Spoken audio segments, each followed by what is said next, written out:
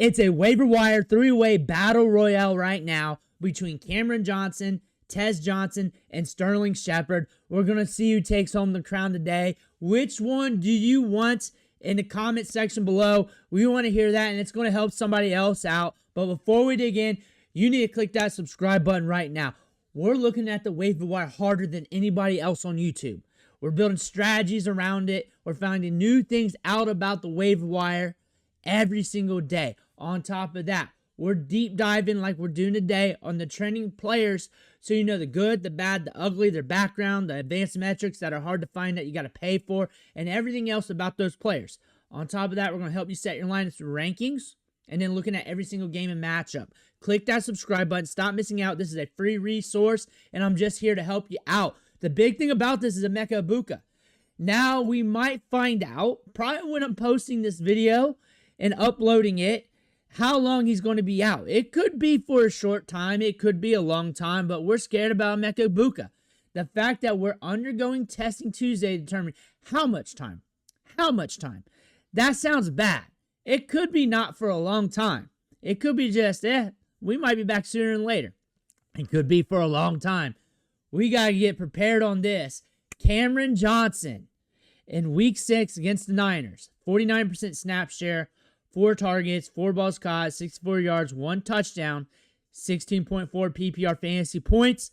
A lot of people are excited about him right now. And then there's Tez Johnson. Also, 72% snap share, more snaps, 3 targets, 1 ball caught, 45 yards, a touchdown, 11.5 PPR fantasy points in Week 6 against the Niners. And then Sterling Shepard. He's the guy that's been out there the whole time. He's been running routes. He's been getting opportunities. He's been in some waiver wire content already this year. But 3 targets, 2 balls caught, 51 yards, 49% snap share. And you're just looking at targets on the year. 6, 4, 5, 4, 5, 3. So at minimum, he ain't going to get less than that. At minimum, he ain't getting less than that. And you're looking at their player profiler profiles. And you're looking at the size, just athleticism, the draft capital, UDFA, Kameron Johnson from Barton. You got Tez in the 7th round, and you got Sterling Shepard. When you look at size adjusted athleticism, roughly, on average, they're all about the same. They're all about the same. It's about the same picture when you're looking at that. I get it. It's a little different. Agility score is very good for Tez. His speed score is rotten, 4.51 at 154. However, he has hit almost 22 miles per hour in game. And then he's also listed himself or said he's around like 140 something. So there's also a possibility that he messed up the 40 trying to put on weight for the combine, because it's really hard to get drafted when your weight's that low. But again, when you're looking at him and you're looking at Kameron Johnson, it doesn't really matter because the speed on the 40, they're not too far off from each other. Shepard's a little bigger, but he's been in the league forever now. He's 33 years old almost. He's an older wide receiver. He's been out there. He's the crafty vet. Tez Johnson, decorated profile from Oregon. Nasty tape. Killed it at Senior Bowl. Kameron Johnson is the guy that's more ambiguous. The UDFA from a small school that people are latching onto who just scored. So you're seeing this and you're like, who do I pick up still though? Who do I pick up? You're looking at the receiving grades from last week. You're going down the list, going down to the targets. K. Dotton led this team in targets with 6. Maybe that's going to be your answer. But Kameron Johnson got 4. Tez got 3. Shepard got 3. But the routes ran here. Shepard ran 20. Tez ran 22. And then Kameron ran 12. Came in later, remember? So that could be the wide receiver that just steps in, gets more workload. However, the other guys have been getting work throughout the season. And looking at the routes ran, because when you look at the targets, Emeka Egbuka and Mike Evans have been getting most of the targets this season. And you're looking at the snaps and you're looking at the routes. Kameron Johnson has ran 22 routes on the season. Tez has ran 68. And then Sterling Shepard has ran 166. His role should stay roughly the same, except for maybe some more volume headed his way. You're looking at the slot rates. All of them are heavy in the slot. All of them pushing or at 50%. All of them. Because they all project out as being slot receivers in the league.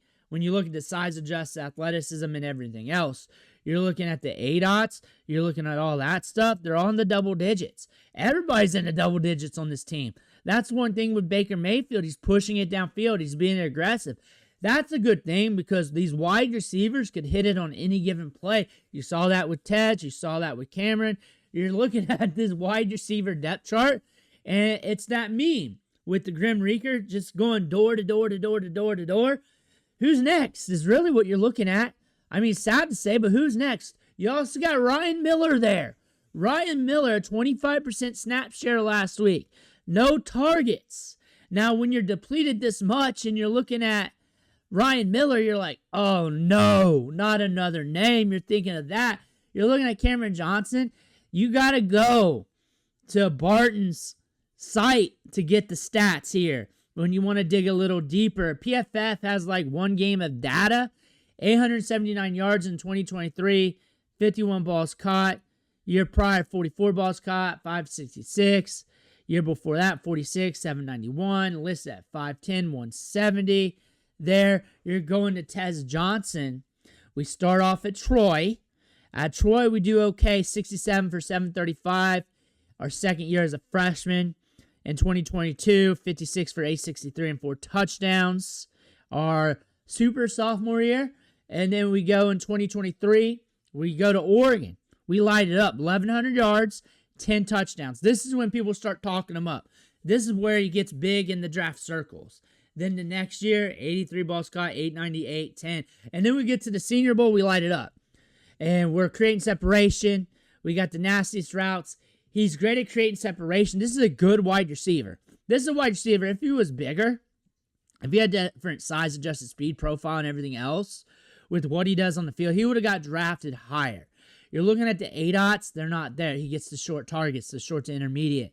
But we're getting deeper targets here with Tampa Bay. It's all about the flow of Baker Mayfield when you're looking at that. When you're looking at the yards per out ran, 2.6, 3.4, 3.5, 2.85 on his career, and you're looking at the short ADOTs, that's kind of impressive considering you're not getting targets deep downfield. Your yak's not super high. That's something you want to look at. But we're creating separation. We're getting work. We were able to go to Oregon, transition quickly to that team, and become a big-time contributor. You're looking at Sterling Shepard. He can be productive on this team to an extent. To an extent. If we catch touchdowns, we rack up a couple catches, we might have some okay performances here. He's going to be out there for sure getting routes. He's going to be out there for sure, probably logging 5-ish targets a game. He's probably going to do that. He probably does not have the big play upside. That's one thing to note. But you're looking at the receiving totals here. He's third in line in targets at 27. I get it. More games than Mike Evans, but still third in line. 14% target share. You want to look at the shares here. Tez is rocking a 7. Cameron's rocking a 2, but he's a late come up. And then Ryan Miller also got a 2%er. So you're looking at this. Tez has a 7% target share. You're looking at the target rate, but nothing is infinite here. Nothing is in concrete. Everybody's got double-digit ADOTs. One thing you can say for sure, before all this went down, Sterling Shepard was on the field. When it was Evans and Egbuka, Sterling Shepard was on the field. When it was Egbuka and Godwin, Sterling Shepard was on the field. You can definitely say that. You can definitely say he was getting the workload. That is one thing that is true. You can definitely see Kameron Johnson came in and took over with those 4 targets and did well with that. You can definitely say that. Tez Johnson also made a play, and they were also trying to get him on the field over Johnson prior to that. Also, noted he looked good in training camp as well. So I asked Grok, I asked AI, what is the market saying? Who's getting tweeted up the most? It's Tez Johnson. Remember, when we did Hassan Haskins and Vital, the market on this was wrong. It went Haskins over Vital, but we're going to deep dive this some more. They said that he's mentioned in more posts over the last 24 hours. They're not talking it up a lot. Compared to those 2 running backs, they ain't talking it up that much. 10 to 12 discussions as a speculative ad. Cameron Johnson comes in, 6 to 8 mentions, often as a deep league dart throw. Sterling Shepard has the fewest at 4 to 6, frequently bundled with the rest, deep league dart throw. So I got more, and I also got a rebuttal of this coming up, so stick with me. So with them having Tez number 1, They're saying the snap rate, the targets, the production, not much in advanced analytics. So nothing really concrete coming here. There's got some efficiency here, but it's on a small sample. Same thing here with Kameron Johnson. Snap count 40 to 50% spiked up. Limited sample, 4 targets. Everything's on a small sample, so nothing really to draw off of. They're saying deeper league stash. Sterling Shepard, he's been the mainstay. He's been the safer guy. But again, not getting talked up as much as the other 3. So they're ranked by Grok off of the tweets and mentions, not by what Grok says or AI says, but off of what they're analyzing from what's being talked about. Tez, Sterling, Kameron. You go to Sleeper right here, right under me. You go to Sleeper here. People are searching and picking them up. Kameron, Sterling, Tez. Now you are brain fucked, but this is why we deep dive this to help you out. You need to know your league. So interpreting this, looking at what the market says, and knowing what's on Twitter is a bunch of fake analysts who are trying to galaxy brain, and below me from Sleeper are actual people playing fantasy football. The one thing you can say is fantasy football players will chase the production at least. So if that's your league, notice that you're going to pay a little bit more for Kameron Johnson. So if you're split and your league's like that, you're probably going to catch Tez a little cheaper off the fab if you want Tez. Maybe Sterling a little bit cheaper, but he's higher up there. He's in the middle of the pack. Now, if you're in a league and they watch a lot of college ball, if they play Dynasty, if they play Devy, Campus to Canton, all those deeper formats, they're in 16-team leagues, they're in a bunch of other leagues, and they're consuming content, they're probably going to rank them Tez, maybe Kameron / Shepard. And you're looking at that, and you may have to pay more for Tez. You're looking at this. But deep diving, which one do you actually want? Let us know in the comments. This is another market analysis. We help each other out here, and that'll give another third market to look at, and you can average that out to help you out.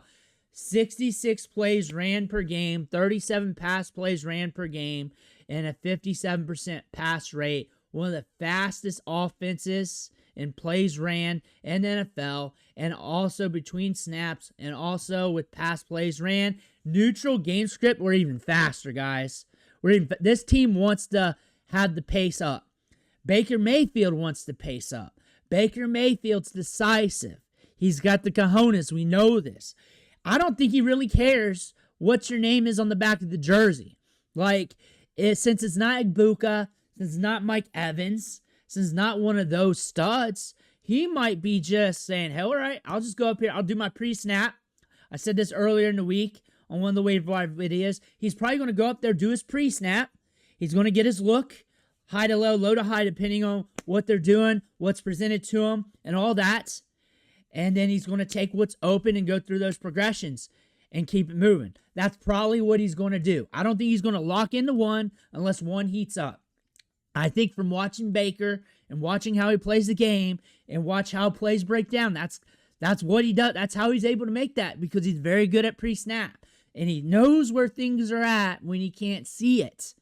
So knowing Baker, knowing this offense too, this might be a catalyst for Sean Tucker and Cade Otton. Just as this team gets more creative.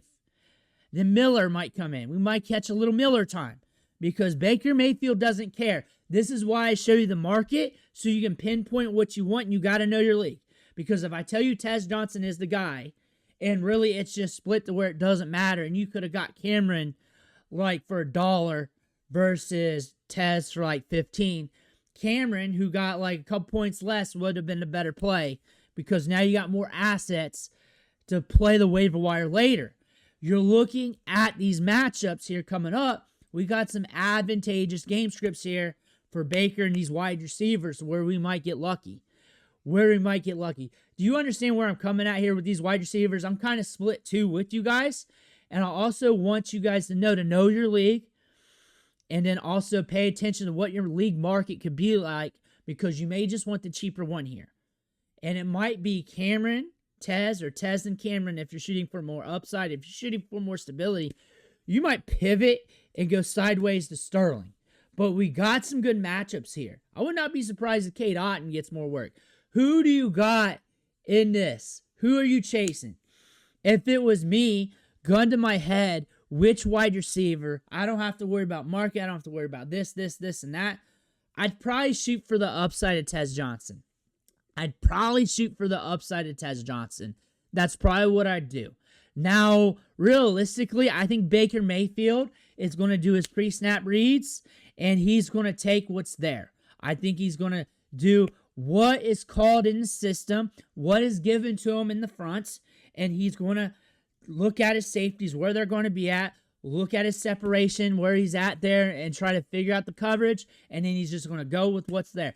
Prior to that, he did that, looked over at Mekabuka and be like, he got this, went that way. Like Mike Evans, same thing. Now it's probably going to be more strategic, snap to snap. I don't think there's going to be a guy unless someone emerges as the hot hand. Who's more than likely to emerge as the hot hand? In my opinion, probably Tez Johnson with the slick route running and also looking good in training camp and building that rapport. I think Sterling Shepard is the safest when it comes to racking up 5 targets a game.